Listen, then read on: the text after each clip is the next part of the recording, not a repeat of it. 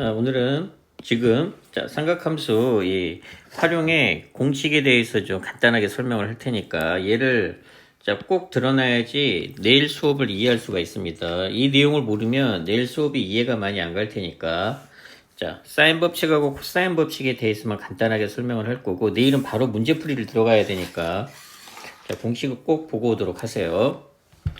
첫 번째 사인 법칙입니다.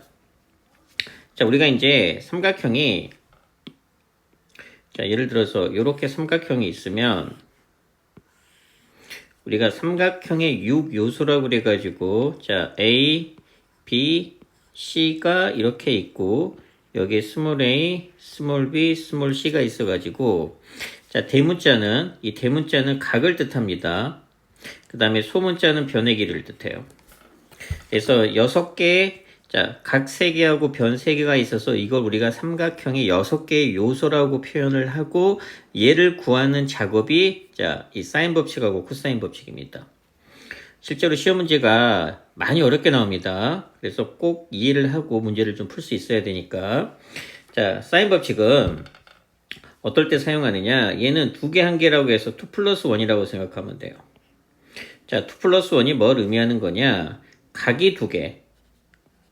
각 2개가 나오고 변 1개가 나오던가 또는 반대로 각이 1개가 나오고 변이 2개가 나오는 케이스입니다. 근데 주로 이래 대각 대변의 관계라고 보면 돼요. 대각 대변의 관계입니다. 그래서 이 대각 대변이 뭘 의미하는 거냐? 예로 봤을 때 각 A하고 변 A가 이렇게 있으면 이렇게 서로 마주보고 있잖아. B도 마찬가지, C도 마찬가지가 되니까 이거를 우리가 서로 마주보고 있는 각 변이라고 표현해서 대각 대변과의 관계라고 이해를 하면 되고, 그래서 이제 주로 이렇게 사인 법칙은 대각하고 대변 관계를 이용해서 이 대각하고 대변 관계일 때 주로 사용해요. 그래서 이제 공식이 어떻게 되느냐? 사인 A 대 사인 A분의 스몰 a는 사인 B분의 스몰 b가 되고 사인 C분의 스몰 c가 되어서 이 r이라고 표현하고 이 라지 r은 우리가 외접원의 반지름입니다. 외접원의 반지름이어서 요 삼각형을 이렇게 밖에서 접하는 원이 하나 있습니다. 이 원의 반지름이 바로 외접원의 반지름 라지 r이 되는 겁니다. 그래서 이제 여기를 보게 되면 알겠지만 A하고 스몰 a, B하고 스몰 b, C하고 스몰 c 외접원의 반지름. 그래서 이런 것들이 주로 대각 대변의 관계. 그래서 대각 대변의 관계를 나타낼 때 이 사인 법칙을 사용해서 우리가 문제를 풀어낸다라는 거. 그 다음에 사인 법칙의 변형이라고 나오는데 얘도 이제 나중에 필기를 할 때는 얘는 각을 변으로 바꾸는 작업이에요. 그러니까 주로 각보다는 변으로 문제를 판단할 거란 얘기입니다. 그래서 이제 첫 번째 2개 공식이 나오는데, 첫 번째는 뭐가 되느냐? 사인 A는 2R분의 A. 그 다음에 사인 B는 사인 B는 2R분의 B.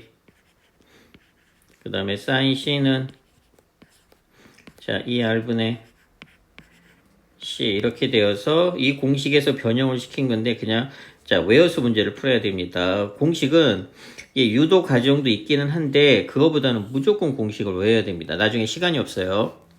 그래서 sin A, sin B, sin C가 되면서 각각 이렇게 될 거라는 거. 그리고 두 번째 각을 변으로 바꾸는 작업이라고 했죠. 그러니까 마찬가지 sin A를 안 쓰고 2R분의 A 이런 것들을 쓰겠다 이런 의도입니다.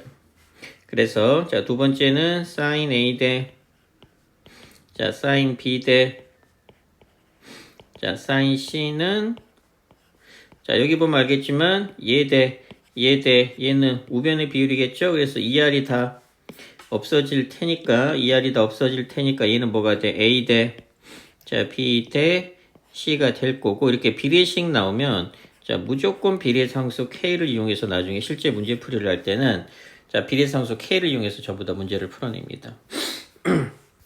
그래서 첫 번째 사인 법칙 자, 2 플러스 1입니다. 두 개 한 개인데 주로 이렇게 마주보고 있는 관계예요. 마주보고 있는 관계. 그래서 대각하고 대변의 관계일 때 사용하는 게 사인 법칙. 자, 내일 구체적인 문제풀이를 할 때 바로 문제풀이로 들어갈 거니까 이런 것들 다 숙지를 해놔야 된다는 얘기야. 그 다음에 이제 변형은 두 개가 나옵니다. 자, 핵심은 각도를 이용 안 하고 전부 다 변의 길이를, 즉 스몰 a, 스몰 b, 스몰 c를 이용하겠다 이런 얘기. 얘도 마찬가지. 이런 거 이용 안 하겠다. 사인 값 이용 안 하고 자, 얘를 이용해서 문제를 풀겠다 이런 의도입니다. 자, 내일 문제풀이를 해보면 알아요. 자, 그 다음에 이제 코사인 법칙이 굉장히 중요합니다. 자, 코사인 법칙은 자, 얘는 끼인 각이 나오면 무조건입니다. 끼인 각일 때. 정확하게는 두 변과 끼인 각이에요. 자, 두 변과 끼인 각은 대각 대변의 관계로 문제를 풀어낼 수가 없어서 조금 복잡하지만 코사인 법칙을 씁니다. 그래서 코사인 법칙이 있고 여기 보게 되면 코사인 법칙의 변형 공식이 있죠. 자, 얘도 마찬가지 공식을 무조건 외워야 됩니다. 일명 왕따 공식이라고 해요.